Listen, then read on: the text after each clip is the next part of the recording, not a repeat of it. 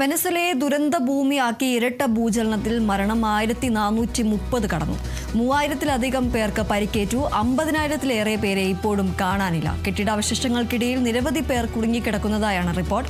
ബുധനാഴ്ച രാത്രിയാണ് രാജ്യത്തെ ഞെട്ടിച്ച ദുരന്തമുണ്ടായത്. സോന സുരേഷ് ചേരുന്നു വിവരങ്ങളുമായി. സോന, ഏതായാലും മരണസംഖ്യ ഇപ്പോൾ വീണ്ടും ഉയരുന്ന ഒരു സാഹചര്യമാണുള്ളത്. 1430 പേരാണ് മരിച്ചിരിക്കുന്നത്. അതോടൊപ്പം തന്നെ 50,000-ലേറെ ആളുകളെയാണ് ഇപ്പോഴും കാണാതായിരിക്കുന്നത്. എന്തൊക്കെയാണ് മറ്റു വിവരങ്ങൾ? ദീപ്തി പറഞ്ഞതുപോലെ തന്നെ ബുധനാഴ്ച രാത്രിയോടെയാണ് ഇത്തരത്തിലൊരു അപകടം ഉണ്ടാകുന്നത്. രാജ്യത്തെ തന്നെ ഞെട്ടിച്ചൊരു ദുരന്തമായിരുന്നു അത്.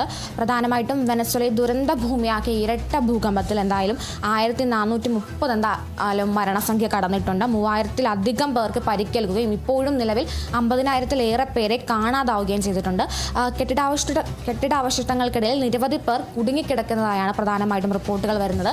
ഏകദേശം 39 സെക്കൻഡിൻ്റെ ഇടവേളയിലാണ് 7.2, 7.5 തീവ്രത രേഖപ്പെടുത്തിയ 2 ഭൂകമ്പങ്ങൾ ഉണ്ടായത്. പ്രധാനമായിട്ടും തലസ്ഥാനമായിട്ടുള്ള കാരക്കാസ്, തീരദേശ മേഖലയായ ലാഗാര എന്നിവിടങ്ങളിലാണ് കൂടുതലായിട്ടും നാശനഷ്ടങ്ങൾ സംഭവിച്ചിരിക്കുന്നത്. മാത്രമല്ല ഇത്തരത്തിൽ നിരവധി പേർ ഇപ്പോഴും അവശിഷ്ടങ്ങൾക്കിടയിൽ കുടുങ്ങിക്കിടക്കുകയാണ്. രക്ഷാപ്രവർത്തനവും ഇത്തരത്തിൽ പുരോഗമിക്കുകയാണ്, തുടർന്നുകൊണ്ടിരിക്കുകയാണ്. കഴിഞ്ഞ ബുധനാഴ്ചയാണ് ഇത്തരത്തിൽ രാജ്യത്തെ ഞെട്ടിച്ചിട്ടുണ്ടായ ഇത്തരത്തിലൊരു അപകടമുണ്ടാകുകയും മരണസംഖ്യ ഇനിയും ഉയരാനാണ് സാധ്യത. ഇപ്പോൾ തന്നെ ഏകദേശം 1430-ലേറെ അധികം ആൾക്കാർ മരിച്ചതായിട്ടാണ് റിപ്പോർട്ടുകൾ വരുന്നത്. മാത്രമല്ല അതിൽ 3000-ലധികം പേർക്ക് പരിക്കേറ്റിട്ടുണ്ട്. ഇനിയും 50,000-ലേറെ പേർ ഇപ്പോഴും കാണാൻ ഇല്ല എന്നാണ് പ്രധാനമായും ഞെട്ടിക്കുന്ന ഒരു വിവരം. എന്തായാലും ഇനിയും മരണസംഖ്യ ഉയരും. പ്രധാനമായിട്ടും വെനസ്വലയുടെ തലസ്ഥാനമായിട്ടുള്ള കാരക്കസ്, അതുപോലെ തീരദേശ മേഖലയായിട്ടുള്ള ലാഗായറ എന്നിവിടങ്ങളിലാണ് കൂടുതലായിട്ടും നാശനഷ്ടങ്ങൾ റിപ്പോർട്ട് ചെയ്യപ്പെട്ടിട്ടുള്ളത്.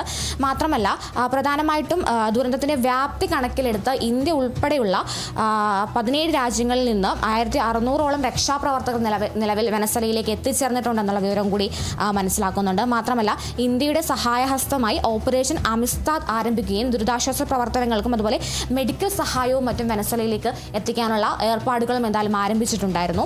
പ്രധാനമായിട്ടും മാത്രമല്ല വെനസ്വലയിൽ വീണ്ടും തുടർചലനങ്ങൾ ഉണ്ടാകാൻ സാധ്യതയുണ്ടെന്നാണ് പ്രധാനമായിട്ടും റിപ്പോർട്ടുകളിൽ പറയുന്നത്.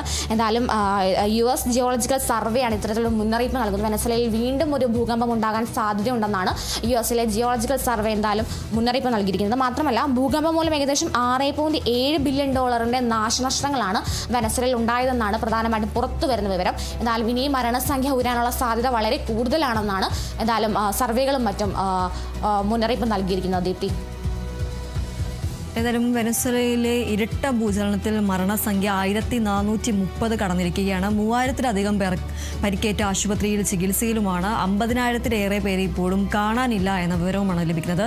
കെട്ടിടാവശിഷ്ടങ്ങൾക്കിടയിൽ നിരവധി പേർ ഇപ്പോഴും കുടുങ്ങിക്കിടക്കുന്നുണ്ട് എന്നതാണ് പുറത്തുവരുന്ന റിപ്പോർട്ടുകൾ. ബുധനാഴ്ച രാത്രിയിലാണ് ഈ ഒരു രാജ്യത്തെ ഞെട്ടിച്ച ദുരന്തമുണ്ടായത്. സോന സുരേഷാണ് വിവരങ്ങൾ നൽകിയത്.